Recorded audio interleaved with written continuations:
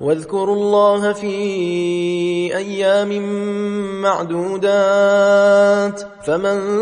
تعجل في يومين فلا إثم عليه ومن تأخر فلا إثم عليه لمن اتقى واتقوا الله واعلموا أنكم إليه تحشرون ومن الناس من يعجبك قوله في الحياة الدنيا ويشهد الله على ما في قلبه وهو ألد الخصام وإذا تولى سعى في الأرض ليفسد فيها ويهلك الحرث والنسل والله لا يحب الفساد وإذا قيل له اتق الله أخذته العزة بالإثم فحسبه جهنم ولبئس المهاد ومن الناس من يشري نفسه ابتغاء مرضات الله والله رؤوف بالعباد يا أيها الذين آمنوا ادخلوا في السلم كافة ولا تتبعوا خطوات الشيطان إنه لكم عدو مبين فإن زللتم من بعد ما جاءتكم البينات فاعلموا أن الله عزيز حكيم هل ينظرون إلا أن يأتيهم الله في ظلل من الغمام والملائكة وقضي الأمر وإلى الله ترجع الأمور سل بني إسرائيل كم آتيناهم من آية بينة ومن يبدل نعمة الله من بعد ما جاءته فإن الله شديد العقاب زين للذين كفروا الحياة الدنيا ويسخرون من الذين آمنوا والذين اتقوا فوقهم يوم القيامة والله يرزق من يشاء بغير حساب كان الناس أمة واحدة فبعث الله النبيين مبشرين ومنذرين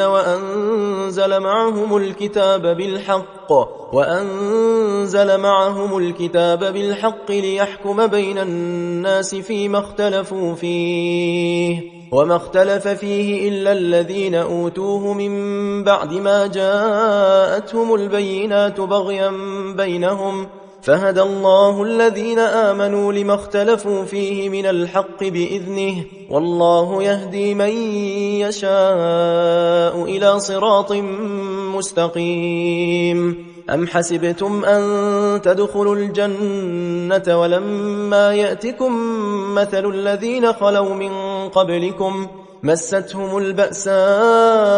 والضراء وزلزلوا حتى يقول الرسول والذين آمنوا معه متى نصر الله ألا إن نصر الله قريب يسألونك ماذا ينفقون قل ما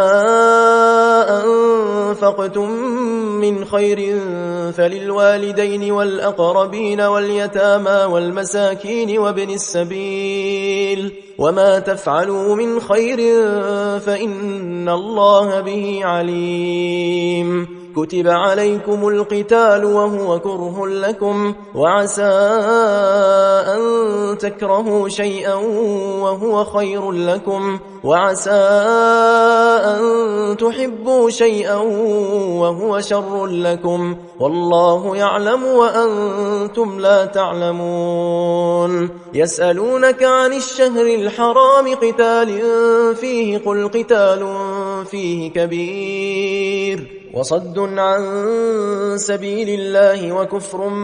به والمسجد الحرام وإخراج أهله منه أكبر عند الله والفتنة أكبر من القتل ولا يزالون يقاتلونكم حتى يردوكم عن دينكم إن استطاعوا ومن يرتدد منكم عن دينه فيمت وهو كافر فأولئك حبطت أعمالهم في الدنيا والآخرة وأولئك أصحاب النار هم فيها خالدون إن الذين آمنوا والذين هاجروا وجاهدوا في سبيل الله أولئك يرجون رحمة الله والله غفور رحيم يسألونك عن الخمر والميسر قل فيهما إثم كبير ومنافع للناس وإثمهما أكبر من نفعهما ويسألونك ماذا ينفقون قل العفو كذلك يبين الله لكم الآيات لعلكم تتفكرون في الدنيا والآخرة ويسألونك عن اليتامى قل إصلاح لهم خير وإن تخالطوهم فإخوانكم والله يعلم المفسد من المصلح ولو شاء الله لأعنتكم إن الله عزيز حكيم ولا تنكحوا المشركات حتى يؤمن ولأمة مؤمنة خير من مشركة ولو أعجبتكم ولا تنكحوا المشركين حتى يؤمنوا ولعبد مؤمن خير من مشرك ولو أعجبكم أولئك يدعون إلى النار والله يدعو إلى الجنة والمغفرة بإذنه ويبين آياته للناس لعلهم يتذكرون ويسألونك عن المحيض قل هو أذى فاعتزلوا النساء في المحيض ولا تقربوهن حتى يطهرن فإذا تطهرن فأتوهن من حيث أمركم الله إن الله يحب التوابين ويحب المتطهرين نساؤكم حرث لكم فأتوا حرثكم أنى شئتم وقدموا لأنفسكم واتقوا الله واعلموا أنكم ملاقوه وبشر المؤمنين ولا تجعلوا الله عرضة لأيمانكم أن تبروا وتتقوا وتصلحوا بين الناس والله سميع عليم لا يؤاخذكم الله باللغو في أيمانكم ولكن يؤاخذكم بما كسبت قلوبكم والله غفور حليم للذين يؤلون من نسائهم تربص 4 أشهر فإن فاءوا فإن الله غفور رحيم وإن عزموا الطلاق فإن الله سميع عليم والمطلقات يتربصن بأنفسهن 3 قروء ولا يحل لهن أن يكتمن ما خلق الله في أرحامهن إن كن يؤمن بالله واليوم الآخر وبعولتهن أحق بردهن في ذلك إن أرادوا إصلاحا ولهن مثل الذي عليهن بالمعروف وللرجال عليهن درجة والله عزيز حكيم الطلاق 2 فإمساك بمعروف أو تسريح بإحسان ولا يحل لكم أن تأخذوا مما آتيتموهن شيئا إلا أن يخافا ألا يقيما حدود الله. فإن خفتم ألا يقيما حدود الله فلا جناح عليهما فيما افتدت به، تلك حدود الله فلا تعتدوها، ومن يتعد حدود الله فأولئك هم الظالمون. فإن طلقها فلا تحل له من بعد حتى تنكح زوجا غيره، فإن طلقها فلا جناح عليهما أن يتراجعا إن ظنا أن يقيما حدود الله، وتلك حدود الله يبينها لقوم يعلمون. وإذا طلقتم النساء فبلغن أجلهن فأمسكوهن بمعروف أو سرحوهن بمعروف، ولا تمسكوهن ضرارا لتعتدوا، ومن يفعل ذلك فقد ظلم نفسه. ولا تتخذوا آيات الله هزوا، واذكروا نعمة الله عليكم وما أنزل عليكم من الكتاب والحكمة يعظكم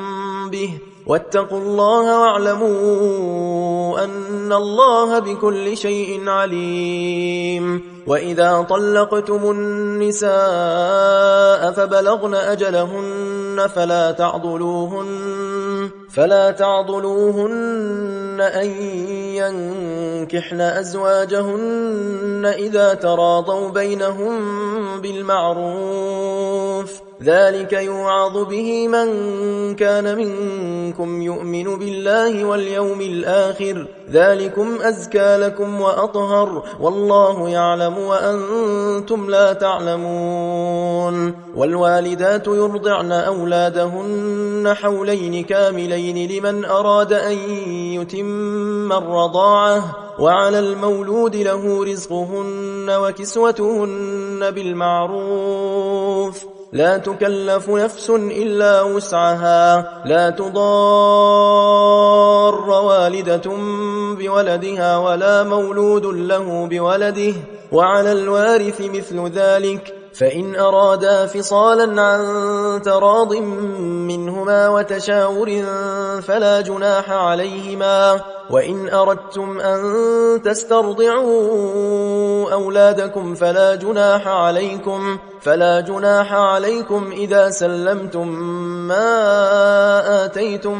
بالمعروف، واتقوا الله واعلموا أن الله بما تعملون بصير. والذين يتوفون منكم ويذرون أزواجا يتربصن بأنفسهن 4 أشهر وعشرا، فإذا بلغن أجلهن فلا جناح عليكم فيما فعلن في أنفسهن بالمعروف، والله بما تعملون خبير. ولا جناح عليكم فيما عرضتم به من خطبة النساء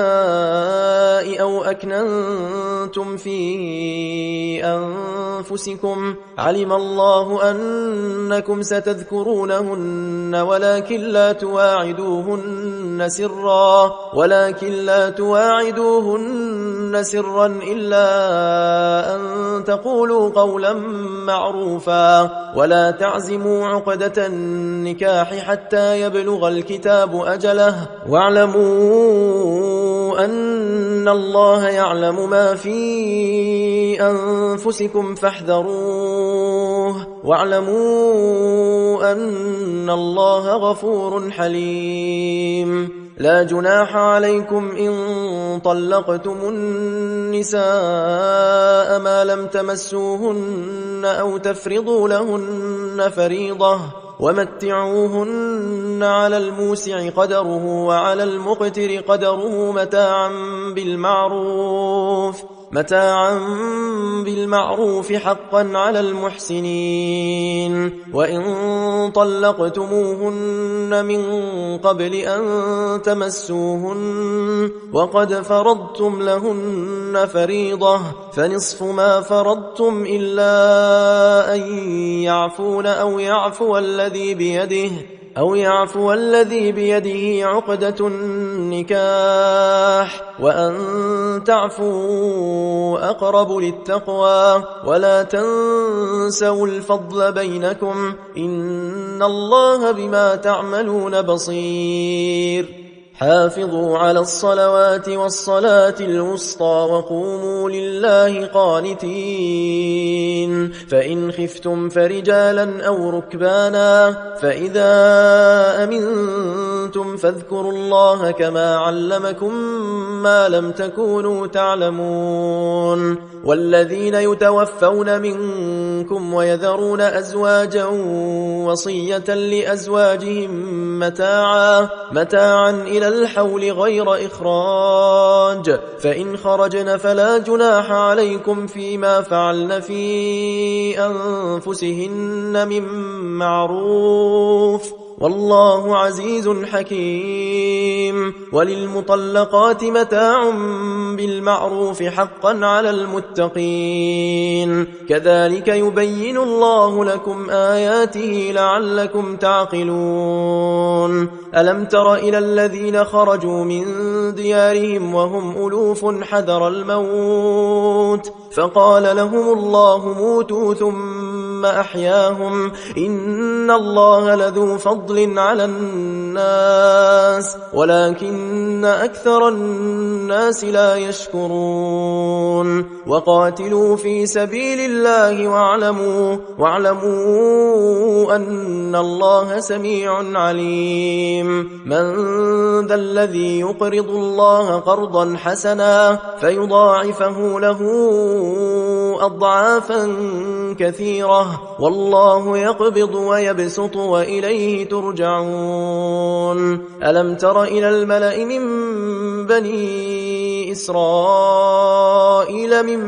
بعد موسى إذ قالوا لنبي له مبعث لنا ملكا نقاتل في سبيل الله قال هل عسيتم إن كتب عليكم القتال ألا تقاتلوا قالوا وما لنا ألا نقاتل في سبيل الله وقد أخرجنا من ديارنا وأبنائنا فلما كتب عليهم القتال تولوا إلا قليلا منهم والله عليم بالظالمين. وقال لهم نبيهم إن الله قد بعث لكم طالوت ملكا قالوا أنى يكون له الملك علينا ونحن أحق بالملك منه ولم يؤت سعة من المال قال إن الله اصطفاه عليكم وزاده بسطة في العلم والجسم والله يؤتي ملكه من يشاء والله واسع عليم. وقال لهم نبيهم إن آية ملكه أن يأتيكم التابوت فيه سكينة من ربكم وبقية مما ترك آل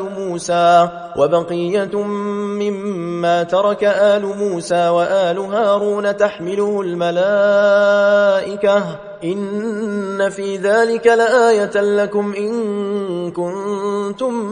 مؤمنين. فلما فصل طالوت بالجنود قال إن الله مبتليكم بنهر فمن شرب منه فليس مني ومن لم يطعمه فإنه مني إلا من اغترف غرفة بيده فشربوا منه إلا قليلا منهم فلما جاوزه هو والذين آمنوا معه قالوا لا طاقة لنا اليوم بجالوت وجنوده قال الذين يظنون أنهم ملاقو الله كم من فئة قليلة غلبت فئة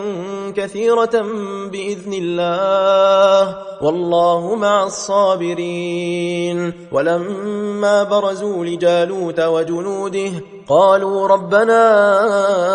أفرغ علينا صبرا وثبت أقدامنا وانصرنا على القوم الكافرين. فهزموهم بإذن الله وقتل داود جالوت وآتاه الله الملك والحكمة وعلمه مما يشاء ولولا دفع الله الناس بعضهم ببعض لفسدت الأرض ولكن الله ذو فضل على العالمين. تلك آيات الله نتلوها عليك بالحق وإنك لمن المرسلين.